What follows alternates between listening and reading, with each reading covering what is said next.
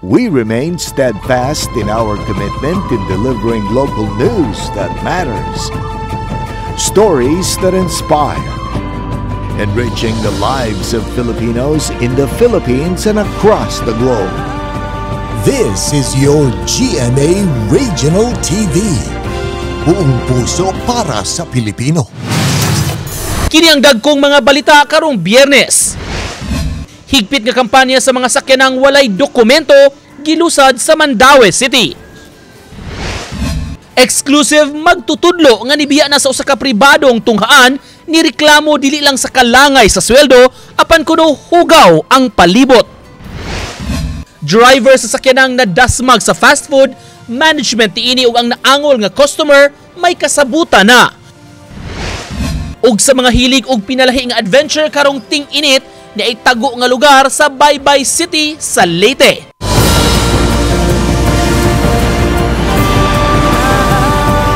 Kini ang GMA Regional TV Balitang Bisdak. Maayong hapon, kini ang inyong GMA Regional TV Balitang Bisdak. Ang bugtong kasaligan, kasandigan ug kadangpan sa mga Bisaya nga maghatod sa labing dako ug mga nagunang balita nga mahinungdanon sa Central ug Eastern Visayas ug live dinhi sa GMA Complex sa Dakbayan sa Sugbo. Ako si Alan Domingo. Usa ka magtutudlo sa usa ka pribadong tunghaan sa Lapu-Lapu City. Mireklamo nga kanunay malangan ang ilang sweldo. Gawas nini gireklamo usab niya ang presensya sa daghang iring sa eskwelahan. Siluan Merondina sa report. Higangop sa Peso Lapu-Lapu ang 23 anyos nga magtutudlo sa usa ka pribadong tunghaan sa Barangay Bangkal nga taguo nato sa Pangang Leia. Buot ni Leia nga unta masusi sa mga hingtungdang ahensya sa gobyerno ang kahimtang nilang mga magtutudlo ning pribadong tunghaan kansang sweldo kanunay delayed. 8,500 pesos lang ang ilang sweldo matag buwan apan anaa lang sa 1,500 ngadto sa 2,000 pesos ang mahatag kanila kausa sa usa ka buwan. Anaa sa kapin 130 ang mga estudyante sa mong tunghaan ug 11 ang mga maestro ug maestra nga pulos mga taga Northern Cebu. Siyempre nag-abang ra sila ana nga barangay. Asa man sila kaunon everyday, asa man sila ipliti everyday nya. Asa man sila ibayad silang abangan. Ang ilang abangan dito tag 1,500 nya. Ang ihatag 2K lang. Dugang ni Teacher Leia, gawas nga delayed ang ilang sweldo, duha ka higayon pang nakahuwam kaniya og kwarta ang tag-iya sa tunghaan kay nakahibaw kini nga aduna siya foreigner nga partner. Sa primerong huwam nga 5,000 pesos nabayran siya human sa usa ka semana. Apan sa ikaduhang higayon nga may kantidad na og 10,000 pesos mihangyo pa kini nga katunga lang usa ang bayran.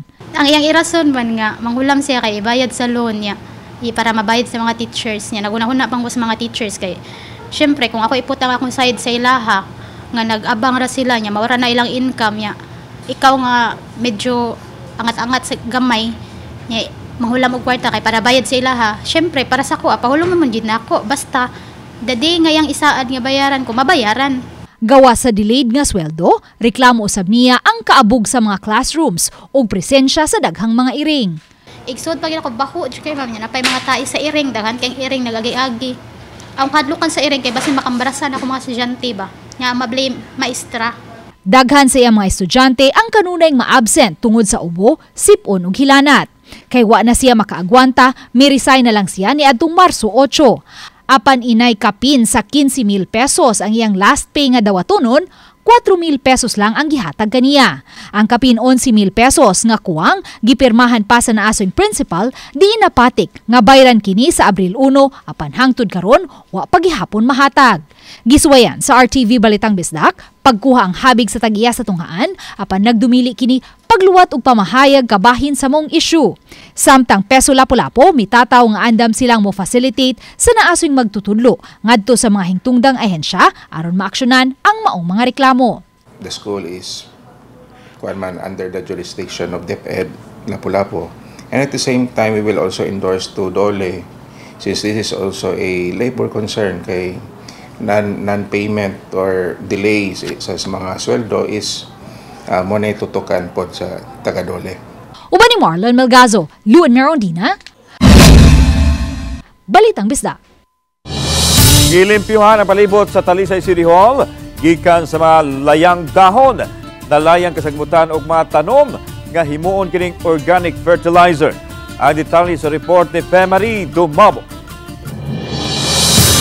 Kilibutan ang mga tanom ug mga punuan sa kahoy ang compound sa Talisay City Hall. Tungod sa grabing kainit sa panahon, nabantay na nagpasad nga mga layang dahon nga nangahulog gikan sa mga punuan sa mga kahoy ug nangalaya nga sagbot. Aron masigurong luwas ug layo sa pagsilaob. Nagkinabangay ang mga sakop sa Ecological Solid Waste Management Office, Anti-Vending Task Force ug mga sakop sa Material Recovery Facility. Aron sa paglimpyo niini, gikarga nila kini sa garbage truck aron mahipos og tarong. Kini mga ugwa kay mga dahon nga nagatambak dinhi sa tuwang lugar. So ang kun sa ato manggod ba tungod mo sa kauga murag prone kay sa sunog. Ikaduha nakita nako nga kini nga bundok sa mga ugang nga mga dahon dura kay sa balay. Kung simba kog dunay manigarilyo mabutang diri sa dila nila sa lahuna dali ra kay na makakusog sunog.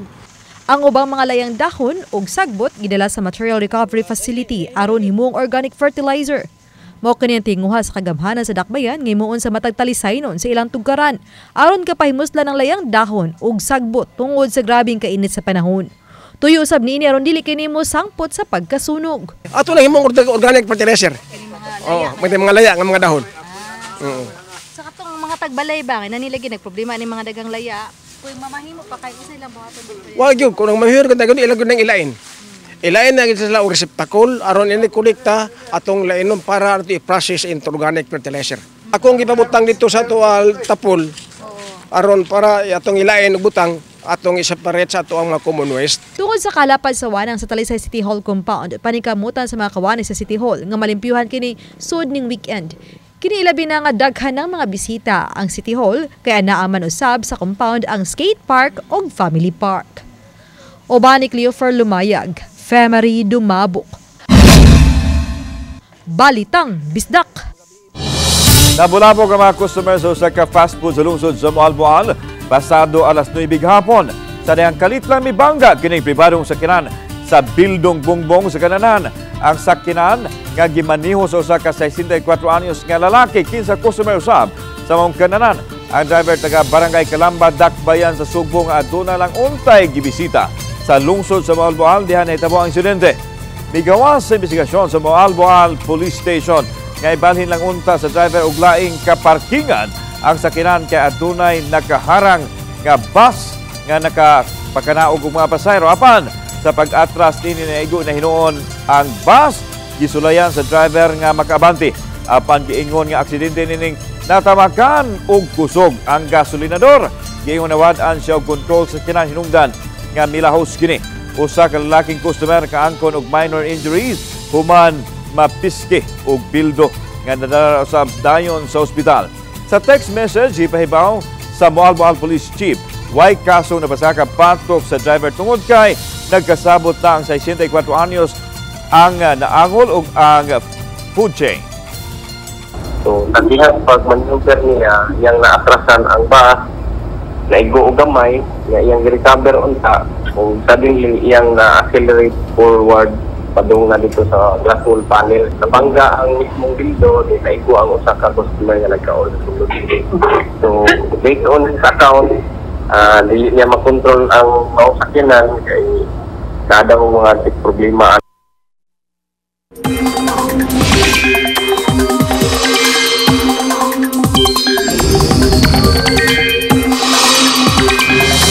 Mga kapuso, nabatyagan na bagyod ninyo ang grabing kainit sa panahon. Sa pagkakaroon ng kainit ang kaigang sa panahon, kahapitan ng lugar sa nasod. Ug matod sa pag-asa, magpadayon pa ang mabatyagan ang epekto sa Easterlies sama sa kaigang sa panahon hangtod sa sunod nga buwan. Kini ang warm and humid nga hangin gikan sa karagatan sa Pasipiko. Kamoy nagpasulabi karon sa weather system. Sama nining panahon sa ting-init o dry season. Apan wa gihapoy sa likway ang kahigayunan nga uwanon ang ubang dapit sa nasod. Subay sa kasayuran gikan sa Metro Weather, may kahigayunan nga uwanon ang Northern ug Eastern Samar. Lagip na ubang dapit sa Leyte Provinces. Mabatyagan ang igang nga panahon sa ubang bahin sa nasod. Gawas lang kung masinati ang ubang dapit sa localized thunderstorms.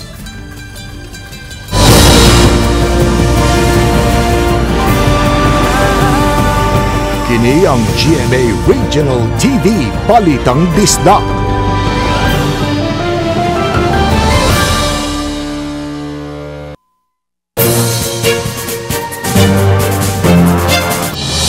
Sa pag-viral sa video, nagpakita sa grupo sa mga batang naggamit og solvent sulod sa PUJ. Napukaw sab karon ang isyu sa kalisod nga mao'y nakaingon sa nasong problema sa katilingban.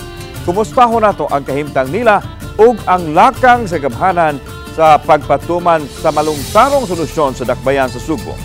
Aniya ang RTV Present.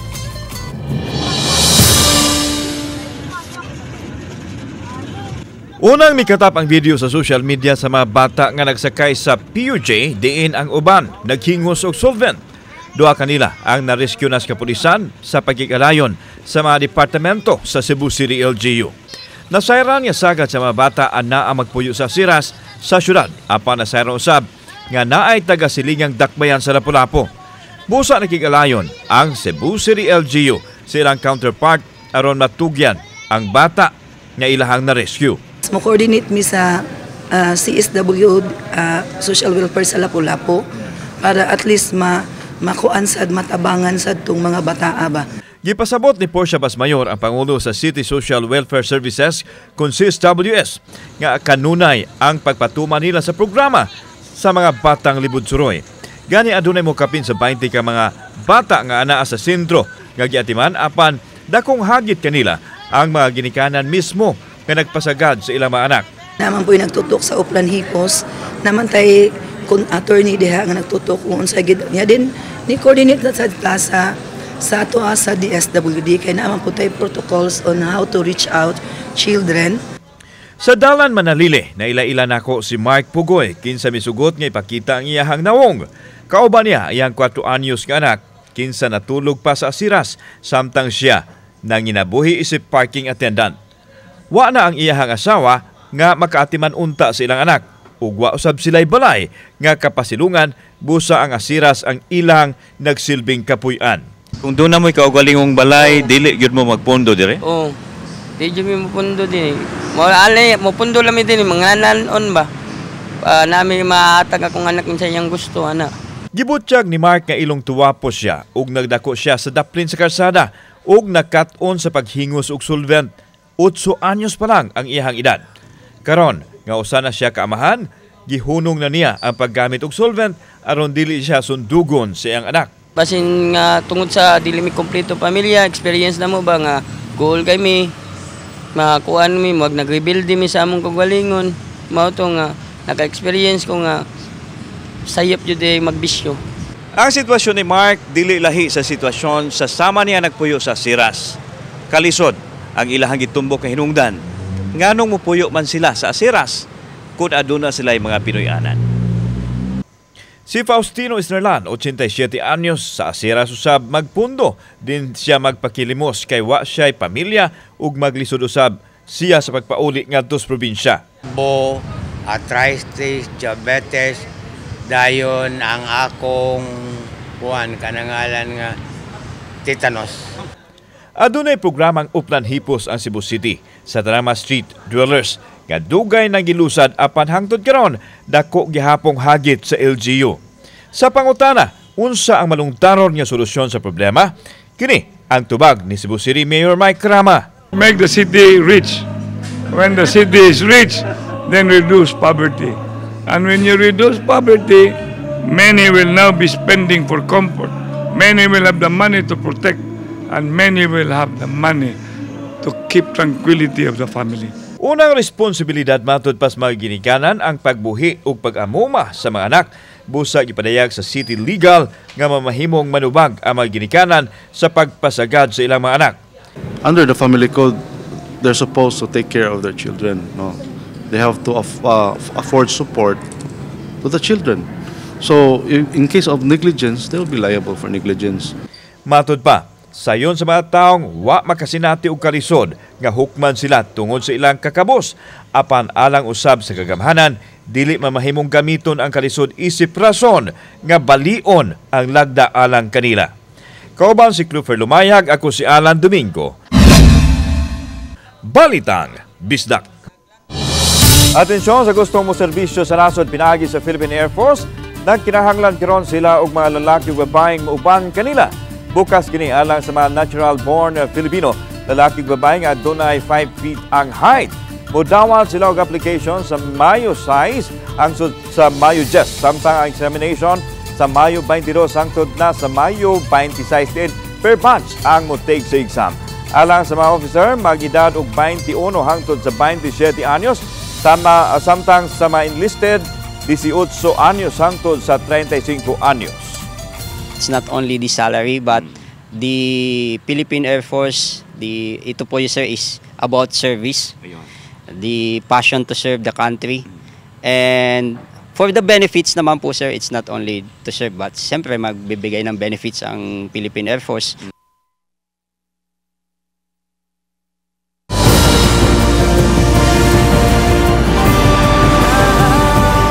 Kini ang GMA Regional TV Balitang Bisdak.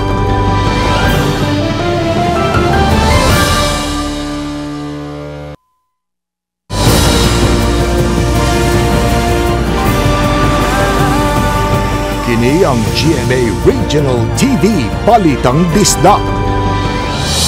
76 ka mga barangay sa Region 7 gideklara sa Regional Oversight Committee nga drug-cleared barangay. Samtang lungsod sa Tudela, gideklara usab nga drug-cleared municipality. Human mapabiling drug-cleared ang ilang 11 ka barangay. Si Nico Serino sa report. Ang tigom gipahigayon sa Regional Oversight Committee nga gipanguluhan sa Philippine Drug Enforcement Agency sa Region 7. Sa 76 ka mga barangay, 36 niini sa lalawigan sa Sugbo, samtang 30 sa Negros Oriental. Upat usab ka mga barangay gikan sa lalawigan sa Bohol. Samtang sa 6 ka mga barangay gikan sa highly urbanized cities, usa niini sa Dakbayan sa Sugbo, samtang 5 sa Dakbayan sa Mandaue. Mitambong sa deliberation sa Regional Committee ang mga opisyales sa Mandaue City Substance Abuse Prevention Office, KUNMAC Sapo, Committee on Police and Penology ug uban pa. Gideklara nga drug-cleared ang mga barangay sa Gizo, Ibabaw Estancia, Labugon, Banilad ug Kubakob nga mao'y giduso sa Dakbayan. Sa kinatibuk-an, 18 na ka mga barangay sa Mandaue ang nadeklara nga drug-cleared barangay. Target nila, makumpleto ang 27 ka mga barangay tanan nga posibleng mahitabo bisan kun highly urbanized city.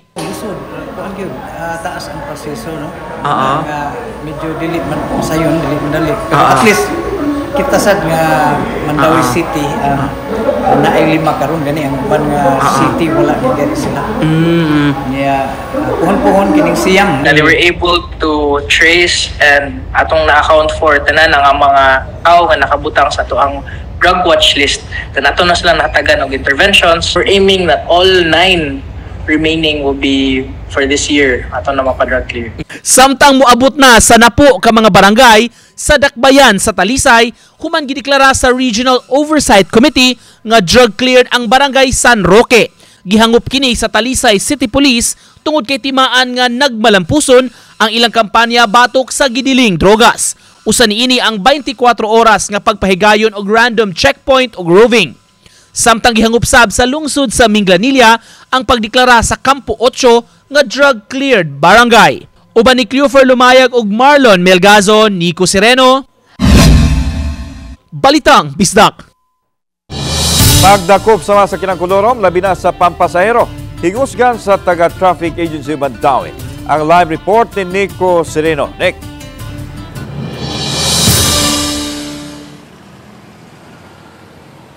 Yaslan gingusgan karon sa mga traffic officials kinilang kampanya kontra koloro mo himangno sila sa mga driver ug na masahero diha sama sa mga tricycle. Sa impounding area sa Mandaue City napun-an pa ang mga tricycles nga ilang nasita o gihold. Naglakip kini sa mga kolorom nga mga tricycles nga nasakpan sa checkpoint nga walay prangkisa o baka expired na. Gipahibaw sa team, mas hingusgan nila ang pagpanakop karon sa mga kolorom kay alang man kini sa kaluwasan sa mga tao. Pinasikad sab kini sa gimando sa DILG. We're not just talking about tricycle for hire, including kani mga MPUJs, tanang mga public utility vehicles, kay doon natay mandato, doon ay memorandum circular. Kahinumduman sa Mandaue, dunay kapin sa 1,000 ka mga tricycles ang gi-revoke na ang prangkisa sanglit wa na asikasuha sa mga tag-iya. Gimonitor kini sa mga otoridad kung gipanggamit ba kining maong mga sakyanan. Kung masakpan ang usa ka sakyanan sama sa tricycle nga expired o walay prangkisa, diretso impound kini ug ay hara i-release ug maasikaso na ang franchise. Inadlaw ang ato ang pagpanakop nining mga kuan nya mo ni nga nire. Once ma-impound na klase-klase ng mga pakiluoy, mga alibay nga ingon sila private ko no, pero mo na that's for them to prove.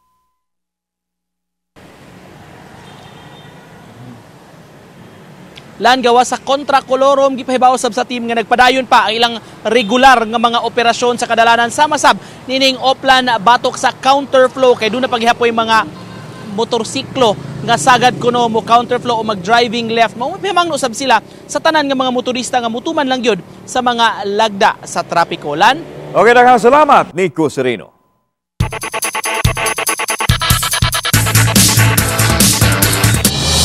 Sa nagpadayon kumpati sa NCAA Season 99 Volleyball Tournament, gipukan sa Mapua Lady Cardinals ang San Sebastian Lady Stags. Wagan ituguti sa Mapua ang San Sebastian nga magkaporma human nila kinipildiha sa tulog kasunod-sunod nga set sa score 25-20, 25-23 o 25-18.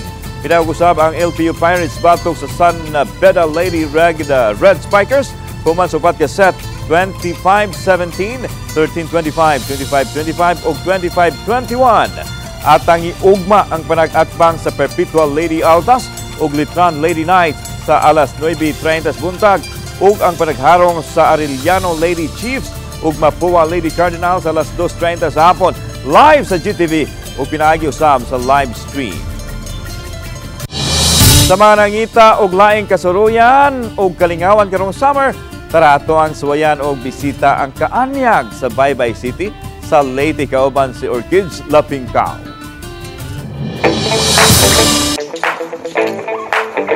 Sayo pa lang sa buntag, amo nagilakaw ang usa ka dalan paingon sa usa sa mga gikahidamang bukid sa mga mountaineers. So guys, we're on our way to Pananawan Peak. Naginahinay ng Pasaka. And I hope you can make it. Matag usa ka namo, hilabay na nga gikan sa lain-laing lugar, excited nga makitaan ang kinatumyan nga bahin sa bukid. Apan sa among pagkatkat, daghang mga lisod nga dalan ug kasapaan ang among naagian. Adunay mga dagkong bato sa agianan ug makita usab ninyo dili sayon kay ang pagsaka dili basta-basta. Mas lingaw ang trekking kung kuyog ang tibuok pamilya, lakip na kining cute nilang anak. Okay. Bisan sa iyang pangidaron, baskog pa ang 63 anyos nga si Angie Cabasi kay mikatkat gayud. Daw mawagtang ang kakapoy nga naagian kay human sa pipila ka oras o pipila ka kilometrong pagtungas, kini ang among nasaksihan. Mao kini ang Pananawan Peak. Gibanabana nga maabot sa kapin sa 500 meters above sea level. Nahimot ang kini duol sa sikat nga Mount Pangasugan sa Baybay City sa Leyte. Protektado ang maong lugar ug maaninaw nga inampingan ang kalikupan.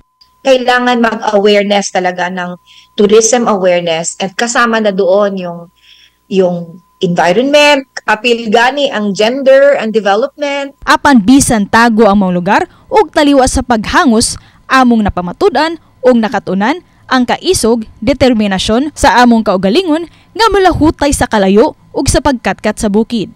Gawas sa gipasigarbong kasuruyan, mahimo usab musuroy sa ilang kasapaan ug mutilaw sa ilang mga produktong pagkaon. Oban ni Clans Gabutin o Rod Prado, ako si Orchids Lapingkaw. Balitang Bisda! Grass farm itumaw sa sitio Asinan, Barangay Sabang, Olanggo Island, pasado alas 10 ganang buntag. Maabot sa 500 square meters ang luna. Kapiktado apan wa hinuoy mga struktura sa dapit nga napiktuhan sa kayo. Mato ni Isifuto Cesario Sinisa, Acting Station Fire Marshal sa Olanggo Fire Station. Nga tumpuan sa Marso, anas tulo ka grass fire ang ilang parespondihan matag adlaw. May mga higayon pa nga moabot sa 5 ngadto sa unom ka grass fire sulod lang sa kadlaw. Hinoon ni minus kini nining buwan sa Abril. Sagad nga rason mao ang nataligam ang pagpangdaob sa pipila ka mga residente ug ang nangalayang sagbot nga dali nang musilaob tungod sa kainit sa panahon. Subay nini subsub usab ang gihimong kampanya sa Lapu-Lapu City Fire District pagpahinumdom sa publiko aron malikayan ang sunog. Gawa sa pagpanghatag mga flyers, ipaubos usab sa pagbansay-bansay sa Lapu-Lapu City Fire District ang mga residente sa isla sa mga angayan nilang buhaton kung ugaling may sunog nga mahitabo silang dapit. Ang mga interior, dili dapit sa dalan is mga lagpad pagid na siya dito. So, napay mga kugon. So, usahay mo respondit ang gupur-gupuron ginato ang kayo. Bangka sa usa ka mananagat nga taga Barangay Pusok, Lapu-Lapu City nalunod sa kadagatan sa Barangay Baring, Olango Island niadtong Abril 8 kadlawon. Luwas ra hinuon ang nasoing mananagat nga si Eduardo Buok kinsa na rescue usab sa mga kaubang mananagat. Usa ka magtutudlo sa Olango Island nga si Tito V. Upaw Danyo kansang panimay haduol ra sa dapit diin midunggo ang bangka nga giluwanan sa mga mirisyo kang Buok.